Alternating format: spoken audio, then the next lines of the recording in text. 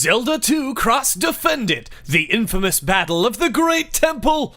Welcome to a special and brand new episode of The Completionist. And today, guys, we're tackling the second in the Legend of Zelda collection pack. And ironically enough, it's the second game in the series, and it's actually the most hated. So let's go ahead and figure out why everyone dislikes this game.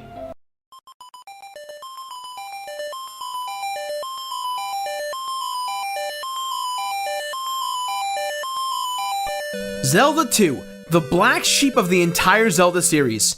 This being the second in the franchise, generally speaking, games tend to go up. However, one of the most hated sequels of all time is, in fact, Zelda 2. But Björnman, why is Zelda 2 one of the only few direct sequels in the Zelda timeline? This game is just so hard. It sucks. I hate this game. Alright, I get the point, Greg. Yes, this game is drastically different, and yes, it is very tough. Let's get right to it. I hate it!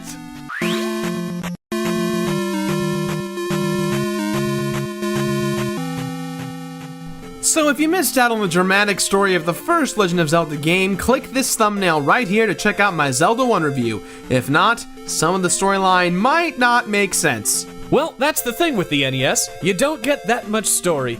But if you really want to care about our hero, you might want to play some Zelda 1. The sequel assumes you've played the first one, as most sequels should, but in case you haven't played it...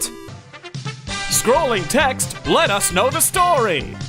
So immediately we are informed that Zelda, the Princess of Hyrule, has fallen under a mysterious spell that has put her into a deep sleep. Impa, who is her maiden, informs Link of this event. In order for Link to wake Zelda, he must collect 6 crystals that will unlock the Great Palace, which contain the Triforce of Courage. If Link gets the Triforce, it will awaken the princess. The short of it is, conquer the 6 palaces, and then tackle the Great Palace. The Fate of Hyrule. Welcome to Zelda 2! What's more interesting is that the lore goes on to say that Ganon is gone, but his minions are the ones hunting Link down. If Link dies, they will spill his blood over the ashes, and it will bring back the Dark Lord Ganon. I am really excited to complete this game. There's been very few Zelda games that have been a direct sequel to a game. With that said, I am very excited for the Link to the Past sequel on the 3DS, A Link Between Two Worlds. Wait, rewind that part. Haven't you played all of the Zelda games? I've played most Zelda games and completed them, but this is one I never got around to completing. What? Yes, I am the completionist, and I tried to complete every single game I have on the show. But when it comes to the Zelda franchise, there are some Zelda games I just haven't gotten around to, and I'm working... a letter, right now. This is Blue's Clues. Just answer letters on the show. Dear Dragon Rider Khalil Completionist Guy, bearded dude, you are hereby summoned to Internet Court to defend Zelda 2. Crap. Objection!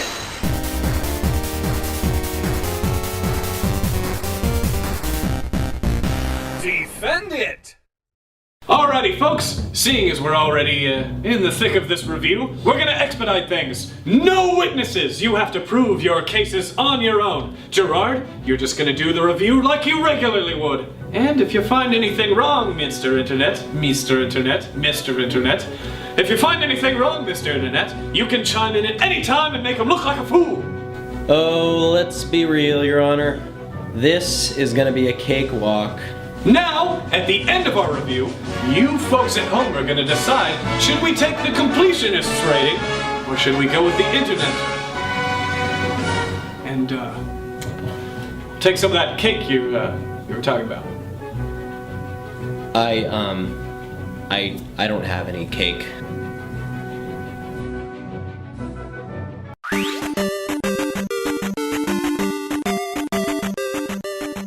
Right off the bat, Zelda 2's visual style is very different from the first one. The first Zelda stuck exclusively to the top-down perspective. However, in Zelda 2, the minute we press start, we are greeted with a brand new 2D side-scrolling screen.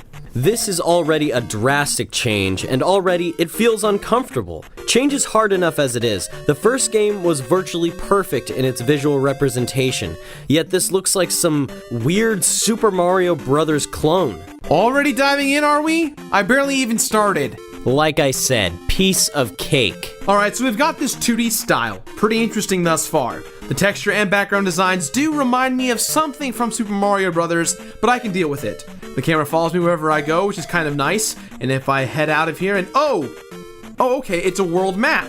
Wait, Zelda 2 is an RPG? Another visual approach gone wrong. This is not what we're used to. In Zelda 1, the gameplay is one solid note. We're not subjected to two different gameplay and visual styles. Visuals don't necessarily make or break a game, you know. It's a combination of everything. There's only 9 real audio tracks in this game. The first game had maybe no more than 2 tracks. Well, at least that music was iconic. Hold it! You cannot tell me you don't like the awesome temple music remix in the Smash Bros. Series. You cannot tell me that. That's true, I'll give you that. But look at that weird screen tearing, and the attack animations of enemies make this game's difficulty skyrocket. It's very hard to telegraph their upcoming moves. And last but not least, I am error? Really? Dude, it's the NES. You want to judge an old game because of the hardware? And if you're going to play the I am error card, then consider this theory. The master of the water town of Saria is named Bagu. Bagu is how the word bug would be rendered in Romanized Japanese. It's possible that error and Bagu actually were intentionally placed. If anything, it shows that the public wants to try and defend Zelda 2 as well. Yeah, well, you're a nerd. Alright, ladies, calm down, calm down. Let's see how you both do in the gameplay section.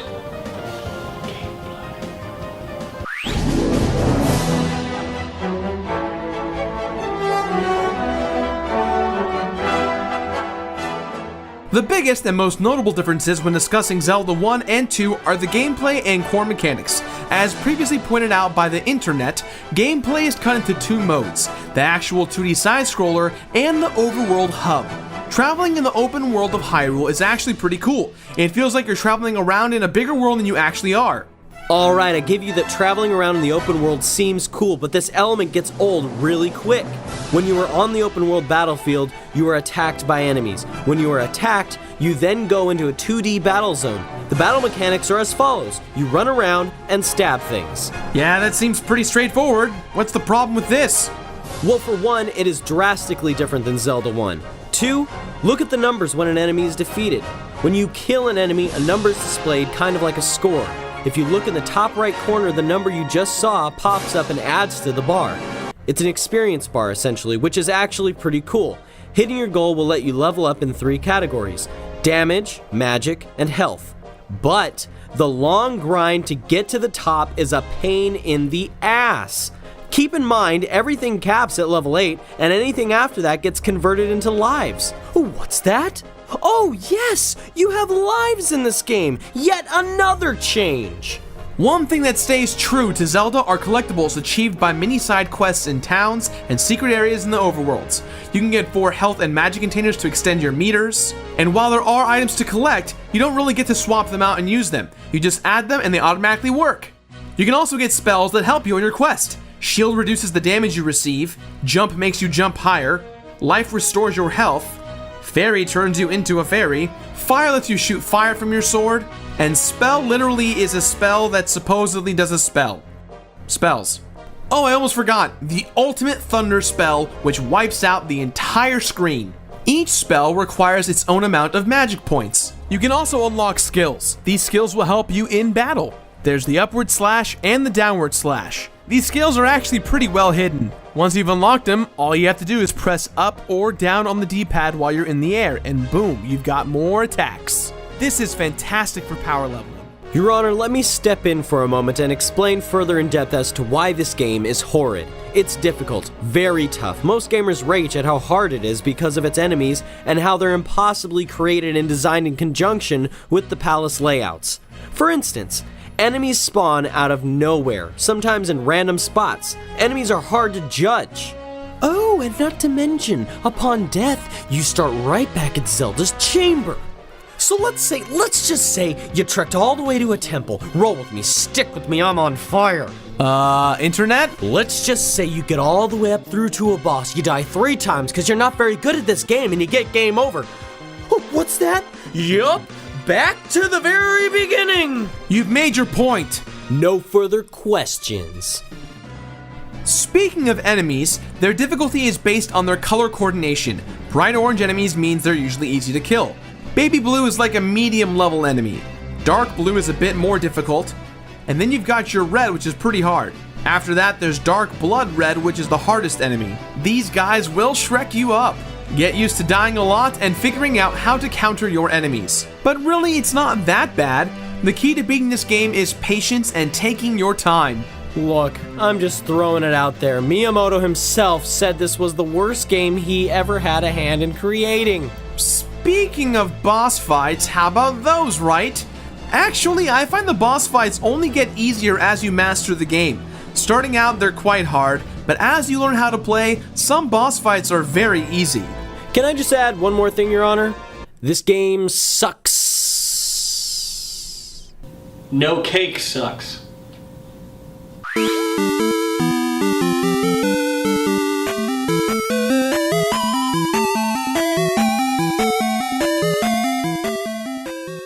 So you've collected all the items, spells, you've leveled up to your max level as you can, and you've tackled the 6 temples. It's time to make our way through the Valley of Death. In my opinion, the Valley of Death is quite possibly the hardest part in this game.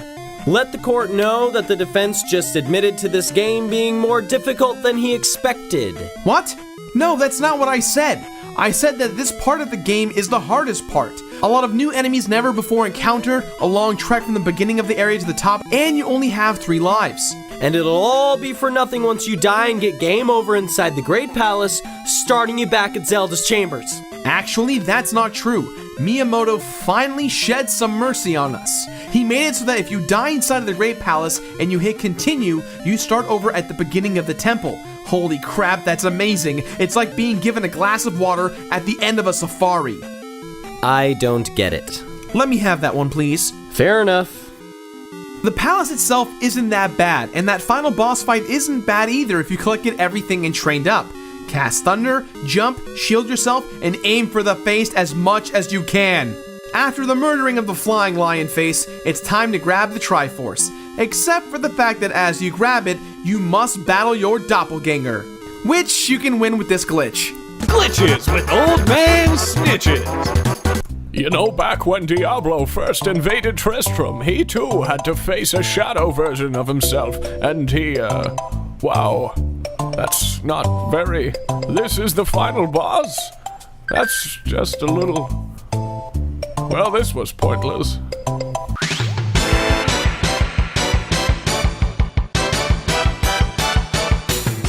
Overall, I have to say, yes, I am a little bit disappointed with this being a follow-up game to Zelda 1. However, as its own game, it's actually fresh and fun. Zelda fans be warned, this game is not for the easily upset. I did die about 20 times, but at the end of the day, I can only be mad at myself for rushing. Patience is a virtue. So, there's a struggle to complete this game, but there's no completion bonus? You getting a bit soft, completionist? Getting a little casual? The completionist bonus is non-existent. Beating the game lets you start New Game Plus, but it makes no sense as nothing in the game has changed except for the fact that your levels carry over. All in all, not really worth it. Well, we've heard it all. Mr. Completionist, your final points, please. Thank you, Your Honor. When looked at as a standalone title, Zelda 2 is a great game. It's fun, it's difficult, and it's different. Yet when you look at the entire grand scale that is the Legend of Zelda franchise, I admit it does lack a little bit. But at the end of the day, is it okay just to judge one game in the entire universe of one franchise? I mean, look, there are way worse Nintendo games out there, and Zelda 2 is just different. With that in mind, guys, this game gets my completionist rating of finish it or play it. In this case, fillet it. Fillet of fish! Well put, well put. Now, Mr. I don't want to give the judge a piece of cake, but he's got a really nice Italian suit on. Your final points. Your Honor, Zelda 2 is a complete waste of time. It's too difficult, it's extremely buggy, and it doesn't hold up. And probably its biggest flaw is that it doesn't follow its predecessor. Zelda 2 is just a nasty soil mark on the fine Italian suit that is the Zelda saga. You bumbling, Sears suit-wearing fool. Oh, how I hate you. You make me sick. I'm looking at you right now and I want all of your hair to fall off your body so that you just look like an olive-skinned mess of a man. That's really uncalled for, Mr. Mustachio. Is that really a mustache? I don't think so. Let's compare it to my beard. You want to rumble? Let's do this. My mustache is magnificent. I'm gonna toy with you for a little bit.